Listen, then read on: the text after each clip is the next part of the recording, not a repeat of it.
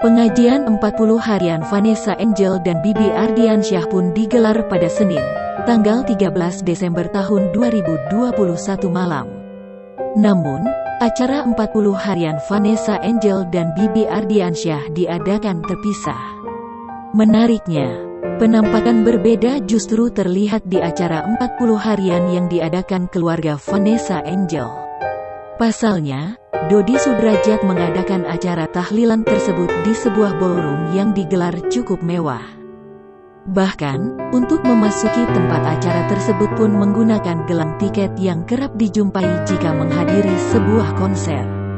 Hal itu terungkap saat Puput Sudrajat, ibu tiri Vanessa Angel, mengunggah foto gelang tersebut di Instastory-nya. Ia terlihat memegang buku Yasin berlatar ungu yang senada dengan warna gelang tiket yang dikenakannya. Warna ungu tersebut dipilih lantaran disebut menjadi warna favorit mendiang Vanessa Angel.